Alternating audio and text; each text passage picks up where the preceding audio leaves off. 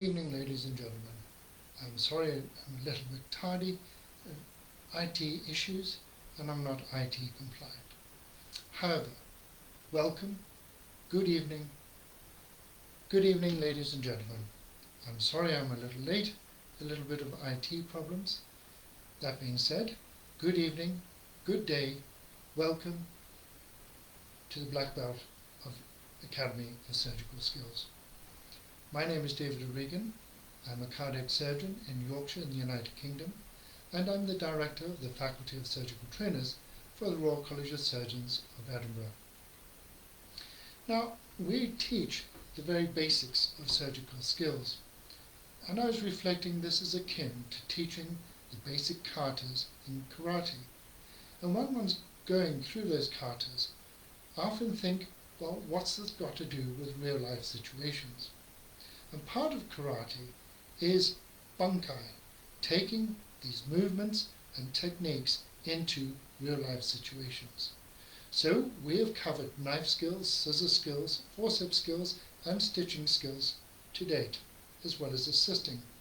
Tonight is the first of our bunkai sessions, which is to translate these basic surgical skills into real life. And I thought it would start with the skin. But it is not all skin deep. People scoff that I, as a cardiac surgeon, I just do one operation. And yes, there is one incision. It's straight down the middle. But you get a perfect incision 22 centimeters down the middle without any deviation. So it looks like that at 3 days, and looks like the other side at our patients. Now, the wound for you is your signature. No matter what you've done on the inside, the patient will look at your scar and remember you for the rest of your life. It's indelible. Now, I may have treated over 3,500 patients, and I don't remember all the names, but they will certainly remember me every time they look at the scar. And I'm disappointed at the end of operations. Not infrequently, the skin closure is left to the most junior person without much guidance or instruction, and I hope to rectify that. But before we start, skin closure and wound healing happens at the very start of the journey, prior to the patient even getting to theatre, with the wash the night before and depilation, with preparation on the table with chlorhexidine and proper adherence to the drapes, with a clean dissection with a knife, in a theatre with little traffic that is properly set up, having been given antibiotics with 1 hour of the skin incision, and with proper attention to detail, to hemostasis and closure, and keeping the patient warm after transfer from theatre back to the wards. And all of that is part of the SSI bundle. So let me immediately take you to our overhead cam, and if you're a little bit motion sickness prone, close your eyes for a moment as I take you over to the overhead cam. There we go. And there you go. Right, so the first basic stitch is interrupted sutures. Now, interrupted sutures are very simply a line of interrupted sutures that bring the skin edges together. But it's not just cobbling the sutures together. You have to actually think the skin comes together properly if you've paid attention to the closure of the deep tissues. And never has that been more important to me when doing thoracic surgery and having all the layers of the muscle and tissue being closed. So by way of a deep incision here, I've gone through to the muscle, and each of those layers need to be closed. And that's where a continuous stitch is useful. I'm using a monofilament Prolene here so you can see it. But what I find is that people put through a number of loops like that and pull tight, and an over stitch is hemostatic. You can see it crushes the tissues and pulls it out. And really what you want is an over and over stitch, as we said before, 90 degrees into the tissue, 90 degrees out, gently approximating the tissues, and 1 centimeter apart and more than 1 centimeter deep outside the lag zone, and gently bringing it together as tissue approximation. Now, provided you've got all the deep layers closed properly, the skin should come together properly as well. The skin will not come together if you have not attended to the deep layers. So let's just go through the basic principles of closing the skin then.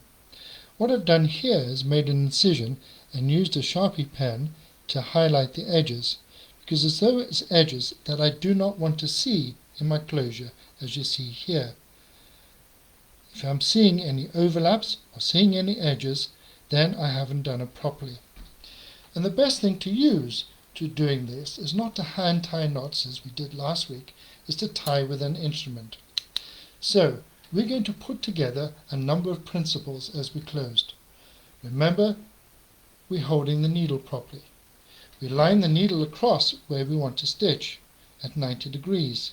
We take the needle at 90 degrees into the tissue, and notice my forceps is not grabbing the tissue like that and crushing it. It's tourniquet way. These are tooth forceps, and I'm just using it to evert the skin slightly like that. So I can take my needle full thickness through the skin at 90 degrees and take it out. This is a smaller needle than usual, but it suffices for the process here.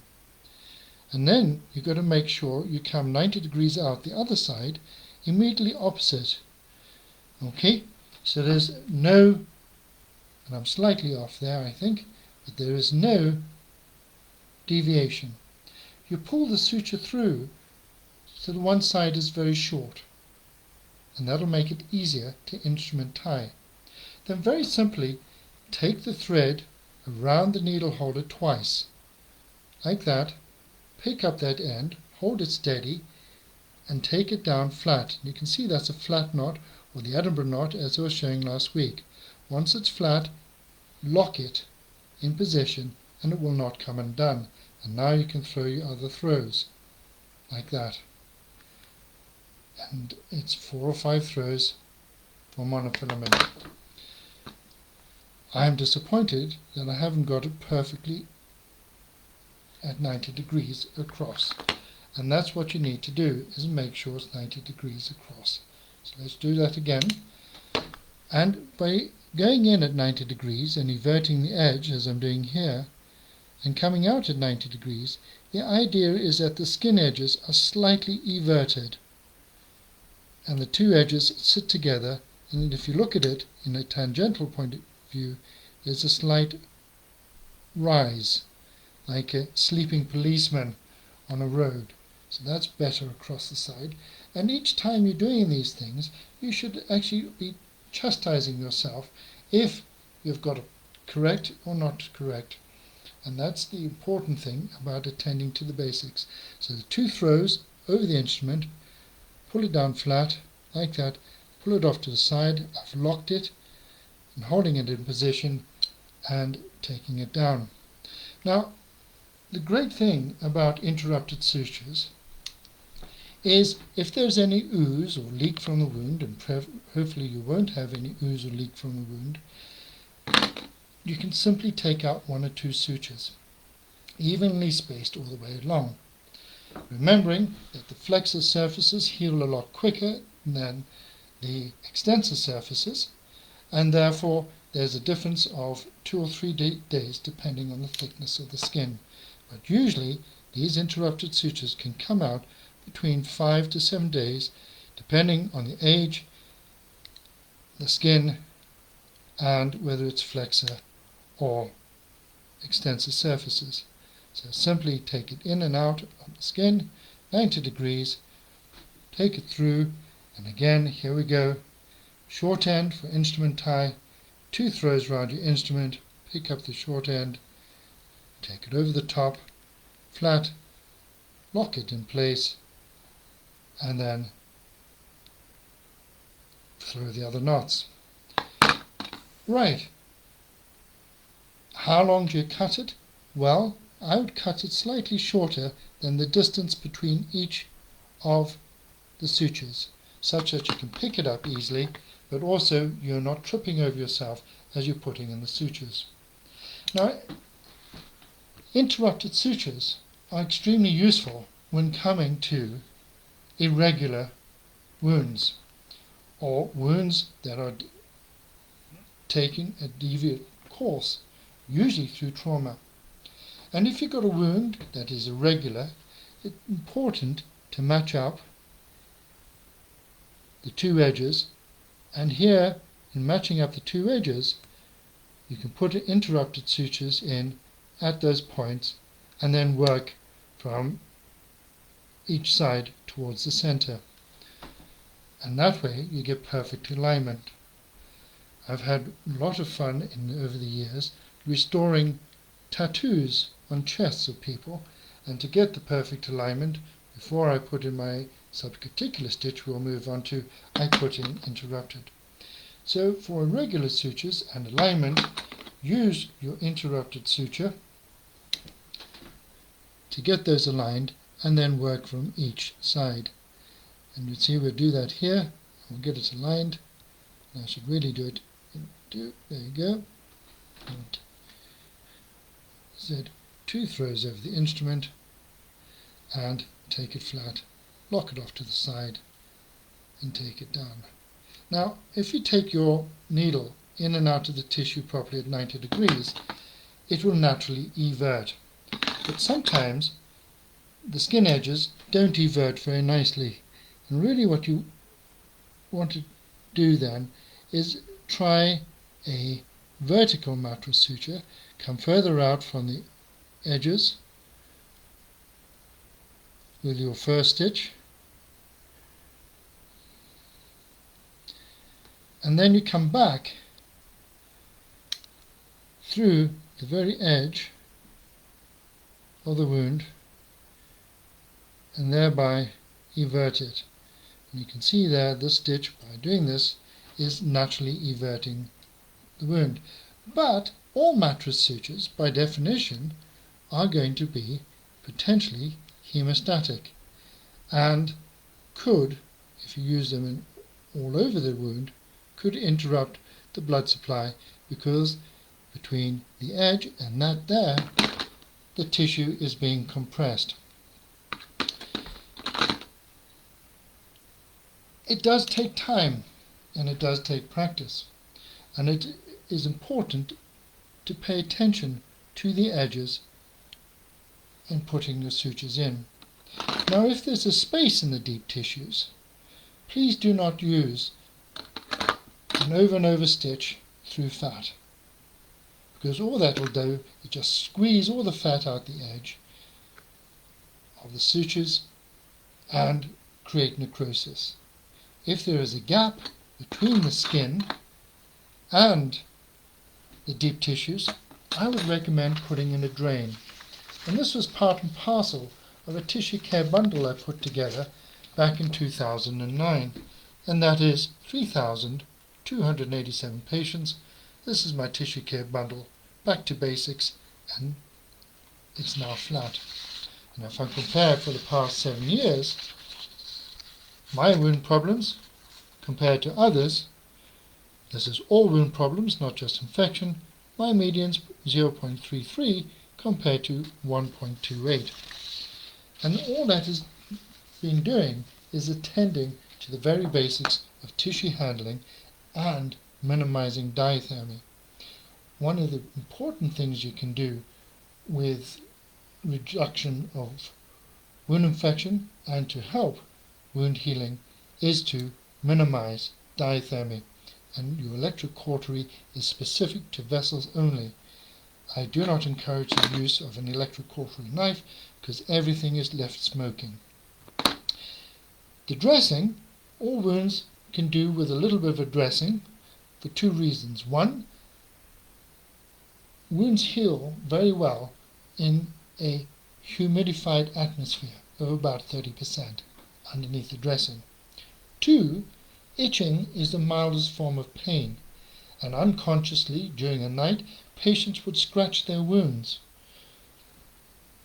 and nails would enter the wounds if they were not covered. And the only late wound infection I had that was significant was a man who grew potted tomatoes, and the bug he had in the wound could only be found in the tomato plants. I scraped his nails somewhat, as you would see in CSI, hoping to complete the audit circle and demonstrate this, but unfortunately that was felt to be a luxury.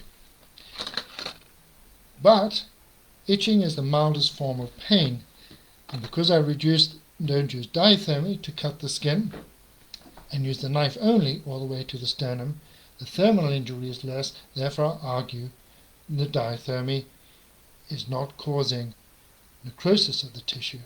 Pain is less, therefore itching is less. Now I don't have a monofilament to demonstrate a subcuticular stitch, but I do want to demonstrate an important element to this, is that the subcuticular stitch, again, funnily enough, should be coming in and out of the tissue at 90 degrees, such when you pull it together, the two edges sit, and the subcuticular stitch does exactly what it says, and I'm using a regular needle and thread here. It's subcuticular, and to get it 90 degrees, the secret is to come slightly back. Now, I'm using a handheld needle, and people would object to a straight needle, a handhold, and sometimes use an instrument. But I think if you use an instrument to go in and out of the tissues there, you get what I call a curly-whirly effect, because it's not sitting immediately in the subcuticular tissue. And therefore, if you're using a curved needle, please try and keep it more flat in the subcuticular space, as you see with a straight needle. So again, to get it 90 degrees across, it would be there, but to get it perfectly, I come slightly back on that and take it through the tissue. And this regular needle in pork tissue is somewhat tough, not like the cutting needle that you would get in a monochrome. So what I wanted to just demonstrate is, as you're going through to check you're putting a good subcuticular stitch in, I've almost created a 90-degree ladder all the way through there, as you see, and that will pull tight and evert. And in essence, with the two edges clean like that together, I should not see the blue, and I should not see it, the wound, curly-whirly, and I should not see any raised edges at all, because remember, your skin protects you from germs and is waterproof, and if you have any irregularity in your wound closure, that is where potential infection comes in. Yes, it's waterproof by 48 hours, and you can step in the shower at 24 and 48 hours and start rubbing it off. Now, thanks to one of our fans, Charlies, who sent me a beautiful picture of a banana. And Charlies, this is for you. And I bring this in for two reasons. One, tooth forceps, as you can see, scratch the skin. And if you don't actually evert the edges, the tooth forceps will do damage to the skin here. But Charlies, this is for you. I've closed this banana with interrupted sutures on the outside.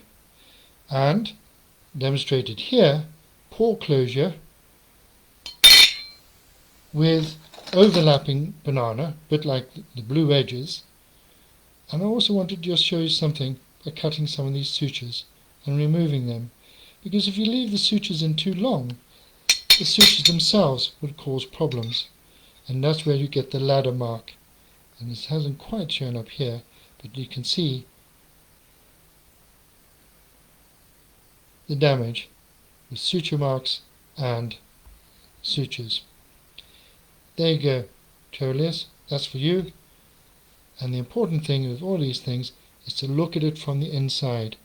And are the two edges brought together cleanly on the inside, enabling healing? And that is the purpose of aligning your needle properly, 90 degrees across the tissue, 90 degrees into the tissue. Rotate the needle, take it out, and tie the knot without strangulating it, because what you want to do is bring the two edges perfectly together. And that applies to skin, that will apply to vessels, that will apply to the bowel. And that is why we attend to this basic technique. So hold on to your hats. We're going to go back to the webcam overhead. I hope that has made sense to you. And I hope that you now understand why we like to attend to the basics. Get the basics right, the rest follows. And yes, with practice, this becomes easier. Now, Charles set the challenge with a continuous suture in banana. I have now set the challenge with intermittent sutures in a banana, and would like to see your efforts too. Do send photographs and put them on the Black Belt Academy of Surgical Skills Facebook page and website. If this made sense, please give a thumbs up and recommend. If you have any comments or questions, again, please submit them to the site. I'd like to thank you very much for joining the Black Belt Academy, and I wish you a good night, good afternoon, good morning, good day, wherever you are in the world, and please be safe. Thank you.